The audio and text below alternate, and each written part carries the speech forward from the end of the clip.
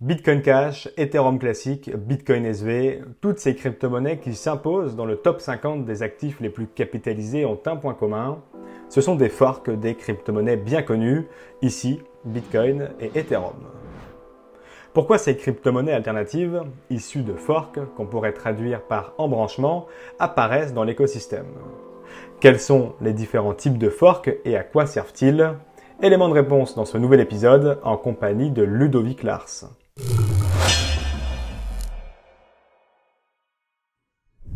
Commençons par traduire le mot fork, très utilisé dans le langage informatique, et la gestion de projet. Ce mot anglais est utilisé pour désigner un embranchement, c'est-à-dire une division en plusieurs branches. Au niveau de la blockchain, ce qui nous intéresse aujourd'hui, il désigne une division de la chaîne de blocs en deux chaînes distinctes. Un fork, c'est en français, ça veut dire un embranchement en fait. Et c'est la division de la chaîne en plusieurs chaînes à partir d'un même bloc d'origine. Et donc, ce type d'embranchement peut se produire dans le contexte d'un même ensemble de règles de consensus. Comme ça se produit de temps en temps sur Bitcoin ou d'autres chaînes. Et en fait, ce type de fork est résolu, est temporaire et est résolu avec le temps selon le principe de la chaîne la plus longue, quoi. Donc en fait, ça va dépendre si les mineurs choisissent telle chaîne ou une autre, de rallonger telle chaîne ou une autre. Et sinon, ça peut se produire, je pense que c'est ça qui est qui est intéressant ici, ça peut se produire dans le contexte de règles de consensus qui sont différentes. C'est-à-dire que un changement de règle de consensus va provoquer l'embranchement de la chaîne, ce qui va créer potentiellement de manière permanente deux chaînes distinctes qui vont perdurer dans le temps. Et donc, c'est pour ça que quand on parle de fork, souvent on entend la création de deux monnaies, enfin deux chaînes différentes qui soutiennent deux crypto-monnaies différentes. Et donc, c'est le cas avec Bitcoin, Bitcoin Cash, et Ethereum, Ethereum classique, et ça. Un fork peut être provoqué par la divergence des règles de consensus, auquel cas on parle de hard fork, embranchement dur qui désigne une séparation de la chaîne qui est généralement permanente. Par extension, le terme hard fork est aussi utilisé pour désigner un changement non rétrocompatible des règles de consensus qui peut provoquer ce type d'embranchement. En suivant cette logique, le soft fork est une modification rétrocompatible du protocole qui est susceptible de créer un embranchement seulement si elle n'est pas appliquée par la majorité de la puissance de calcul du réseau. Par exemple, Bitcoin Cash est un hard fork de Bitcoin. Pour rester dans l'actu, le 4 août prochain, l'implémentation de l'EIP 1559 pourrait créer un fork si la majorité du réseau ne migre pas vers cette dernière. Le hard fork, c'est un changement de règle de consensus non rétrocompatible dans le sens où les nœuds qui vont adopter le changement vont forcément avoir un comportement non compatible avec les autres nœuds du réseau. Et dans le soft fork, en fait, c'est les nœuds qui vont adopter le changement. S'il est imposé par suffisamment de puissance de calcul, alors il n'y aura pas d'embranchement. Mais si le soft fork n'est pas imposé par suffisamment de puissance de calcul, alors on aura un embranchement. Comme le relève Ludovic, le hard fork contentieux le plus connu est celui qui s'est produit entre Bitcoin et Bitcoin Cash en août 2017 à la suite d'un débat sur la scalabilité de Bitcoin qui a duré plusieurs années. Ce hard fork concernait la taille limite des blocs. Alors de 1 MO sur Bitcoin, cette limite empêchait toutes les transactions d'être traitées par le réseau en temps voulu, ce qui allongeait considérablement le temps de confirmation et faisait augmenter les frais de transaction du réseau. C'est pourquoi Bitcoin Cash a été créé. En augmentant la taille limite des blocs à 8 mégaoctets par un hard fork, puis à 32 MO par la suite, la crypto-monnaie a pu augmenter sa capacité transactionnelle. Cette méthode de passage à l'échelle n'était pas privilégiée par la majorité économique.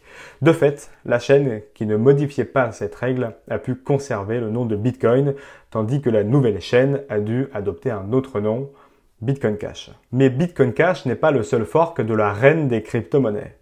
Il existe également Bitcoin SV, Bitcoin Gold ou encore Bitcoin Diamond. Mais alors, qui prend la décision de créer tous ces forks? Bah, tout d'abord, c'est pour Bitcoin Cash, hein, je parle. Tout d'abord, c'était simplement des gens qui n'étaient pas d'accord avec ce que Bitcoin Core voulait implémenter dans Bitcoin, c'est-à-dire Segwit, et une absence d'augmentation substantielle de la taille des blocs. Et donc, certains développeurs comme Amaury Séchet et FreeTrader sont mis à travailler sur un fork logiciel de Bitcoin Core, c'est-à-dire une copie du logiciel modifié. Et pour ne pas implémenter Segwit et pour augmenter la taille des blocs. Et en 2017, du coup, ils se sont retrouvés sur le même logiciel, Bitcoin ABC. Et ils ont été soutenus par les mineurs, notamment par les mineurs, et notamment par Bitmain et via BTC, enfin, des mineurs chinois. Et donc, ils ont été financés parce que les mineurs chinois ne voulaient pas de Segwit, probablement pour des raisons d'optimisation du minage, la ZigBoost. Et peut-être d'autres choses, ils étaient aussi favorables à l'augmentation de la taille des blocs. Et donc, c'est comme ça qu'est né Bitcoin Cash. C'était vraiment face à l'activation de Segwit. D'ailleurs, c'est pas un hasard que le hard fork de Bitcoin Cash se soit produit le 1er août 2017. C'est parce que à cette date était prévu User Activated Soft Fork, qui prévoyait d'activer Segwit de force si les mineurs ne se mettaient pas d'accord pour l'activer eux-mêmes. Et donc, ça a permis l'activation de Segwit plus tard, mais enfin bref. Et donc, le hard fork de Bitcoin Cash, qui s'appelait l'User Activated Hard Fork, a été activé en réaction à cette menace, le 1er août 2017. Et donc, c'est comme ça qu'est né Bitcoin Cash. Et par la suite, les gens ont rejoint le projet. Enfin, certains utilisateurs sont allés vers Bitcoin Cash directement, d'autres plus tard. Et il a réussi à survivre comme ça. Et par exemple, Roger Ver a rejoint Bitcoin Cash pleinement, on va dire, en novembre 2017. Après le hard fork de Bitcoin Cash et son succès relatif en 2017, d'autres personnes se sont dit que c'était une bonne manière d'y gagner de l'argent. Et, et donc, d'autres personnes ont forqué la chaîne de Bitcoin BTC par opportunisme, on va dire.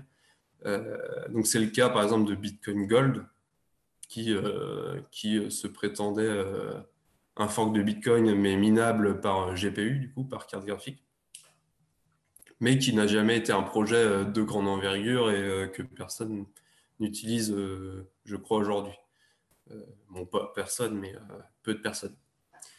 Et par la suite, on a eu d'autres forks comme le Bitcoin Diamond, Bitcoin Private, ou d'autres choses comme ça. Et donc, ça, c'était en 2018. Mais de l'autre côté, en fait, du côté de Bitcoin Cash, on a vraiment eu d'autres forks qui étaient aussi des forks de scission de communautés, qui n'étaient pas que opportunistes. Pour l'avoir vécu, je sais que ces forks-là ne sont pas que une manière de gagner de l'argent. Et, du coup, en novembre 2018, on a eu le fork avec le Bitcoin SV, entre Bitcoin Cash et Bitcoin SV. Bitcoin SV qui était soutenu par le fameux Craig Wright, qui prétend être Satoshi Nakamoto. D'où le nom de Bitcoin SV, Bitcoin Satoshi Vision, parce qu'il prétend suivre la vision de Satoshi originelle.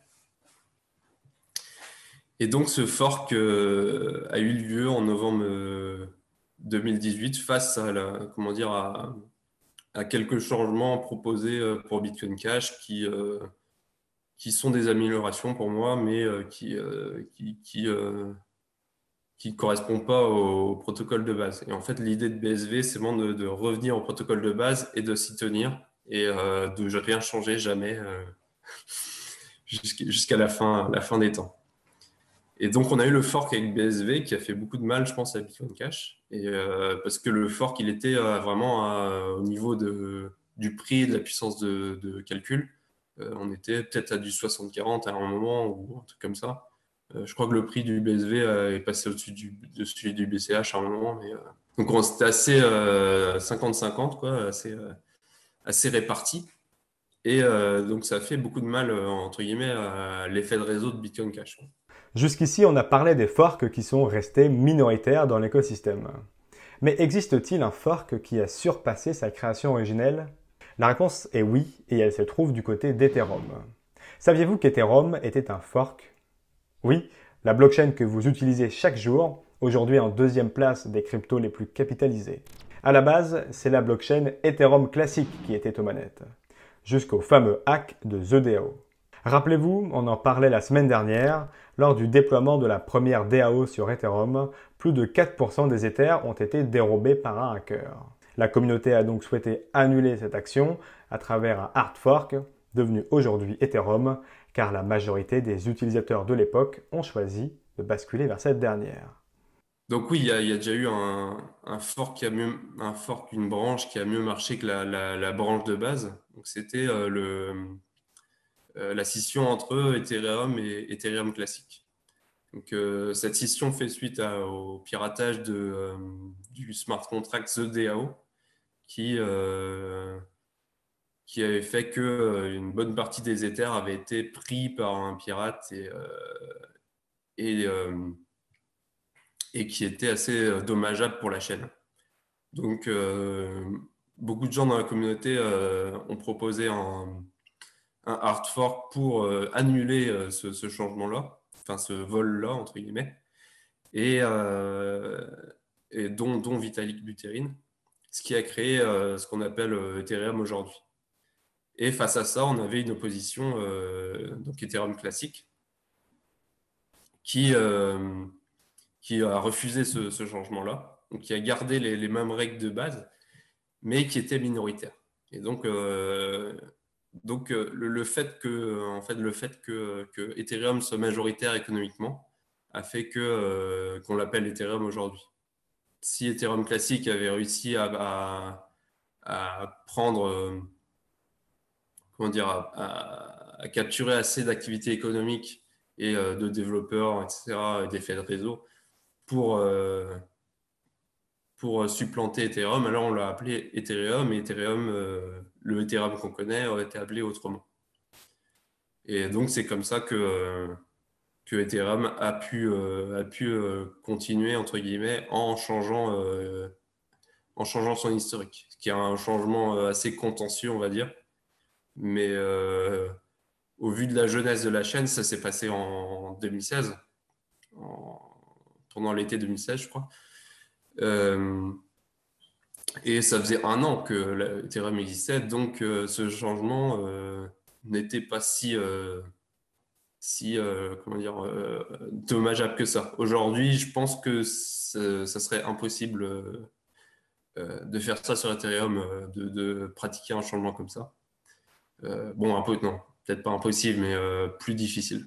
Dernier type de fork à traiter, les forks dits accidentels. Saviez-vous qu'un bug avait créé plus de 184 millions de bitcoins en un seul bloc en 2010? Connu sous le nom de Value Overflow Incident, ce bug concernait le bloc 74 638 de la blockchain Bitcoin. Dans ce dernier, une transaction était présente créant 184 millions de bitcoins pour 3 adresses différentes. Une nouvelle version corrective de la blockchain Bitcoin a donc été publiée par Satoshi Nakamoto et un autre développeur quelques heures après la découverte de ce bug. La blockchain a alors dû être forkée pour rejeter le bloc en question. Les deux chaînes ont coexisté une vingtaine de blocs avant qu'elles ne soient remplacées par la chaîne sans le bloc incriminé. On a parlé ici que des forks créés par des modifications des règles de consensus qui sont délibérées, mais on peut avoir des forks qui sont accidentels et qui créent d'autres chaînes incompatibles de manière justement non délibérée. Et donc ça a été le cas par exemple en 2010 quand un bug d'Overflow a créé comment dire beaucoup de Bitcoin et qui a créé justement une chaîne une autre chaîne de ce qui était attendu. Et donc on a vraiment eu deux chaînes à ce moment-là qui sont prolongées pendant des heures et des heures. Et en 2013 aussi, on a eu comment dire une migration de base de données qui a créé deux chaînes distinctes en mars 2013.